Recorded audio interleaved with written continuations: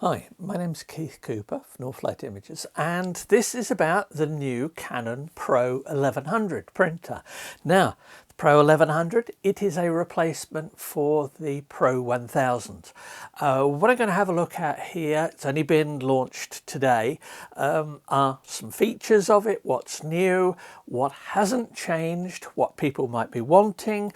I've got a request for some questions because you'll notice there's not one sitting here. I'll mention that in a moment, but I'm going to have one for review. So I want questions, but I've already got answers for several questions that people have asked me without knowing it, because I was told about this printer a while ago and couldn't mention it until today. Now, what do we got? If you see here, looking at it, you might be excused for thinking, well, actually it doesn't look any different from the Pro 1000 that I reviewed back in 2016, so quite a few years old. The key is they are very similar.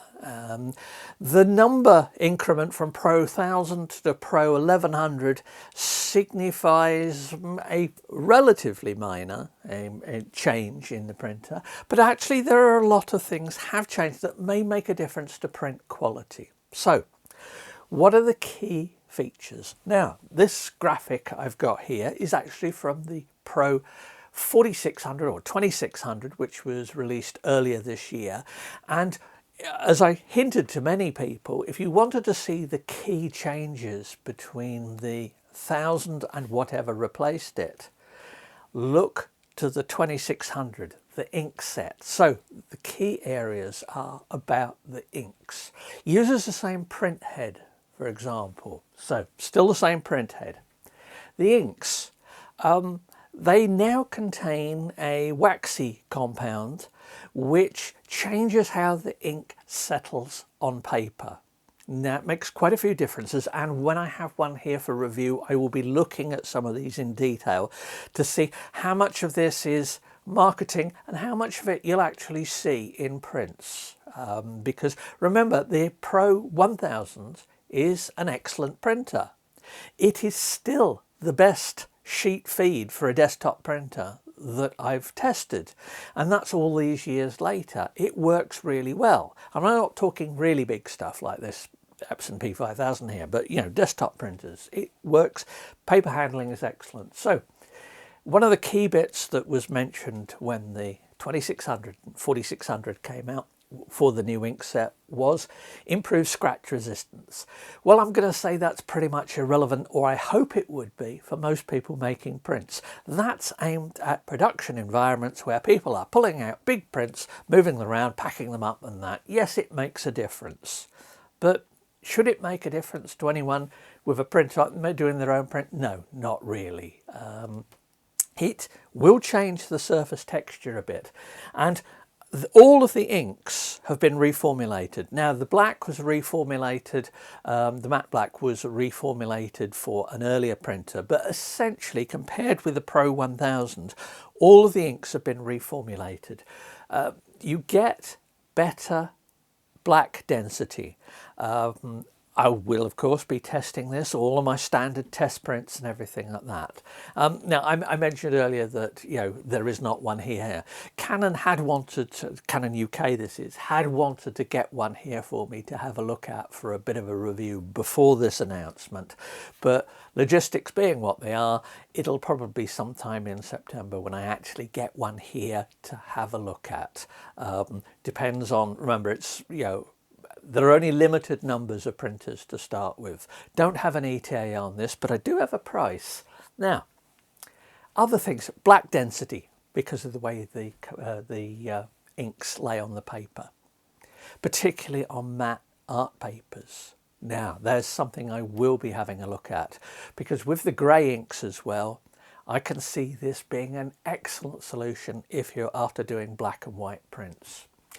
Canon claim improved image permanence. Now, the information they've got is not one of the standard testing houses, but it is done to standards, and they are hinting at that it goes up longevity for some, on some papers, goes from, say, 60 years to 200 years. Now, take all these numbers, as ever, with a pinch of salt. They depend on how you present your prints, how you frame them, if at all, how you, the viewing environment and things like that. So it makes a lot of difference. But suffice to say, the inks are supposed to be darker. Now that goes for colours as well. So better shadow detail.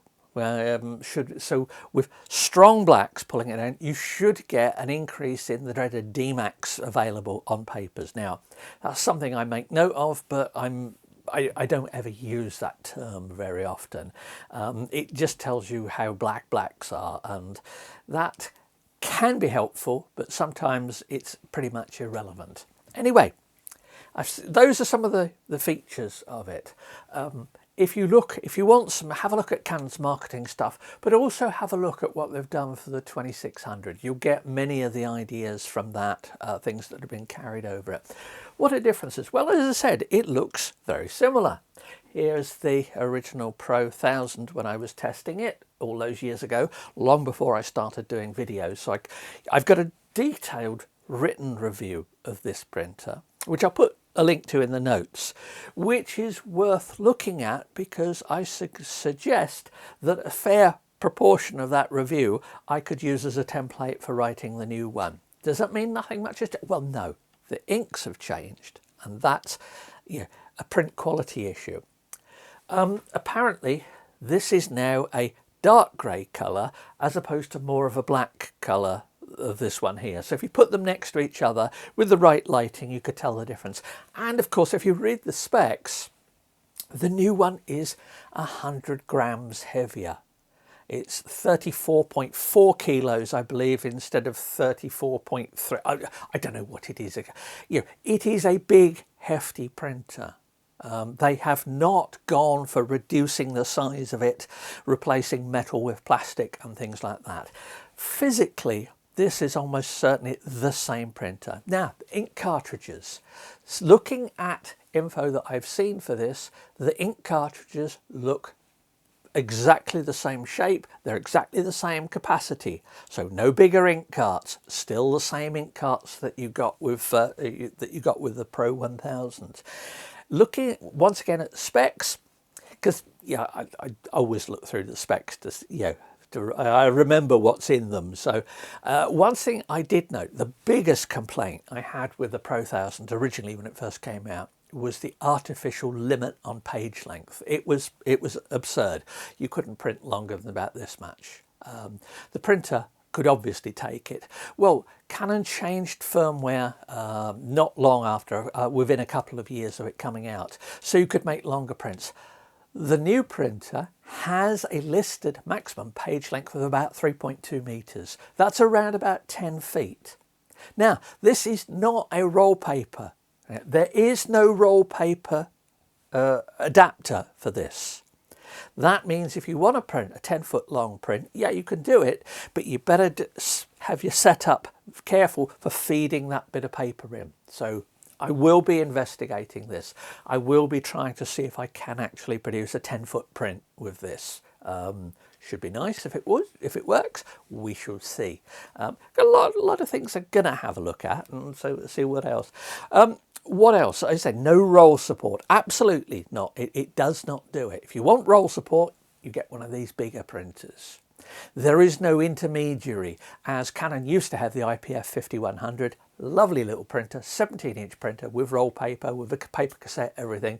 But for some reason, a few years ago, they got rid of that. They don't have something in that particular range now.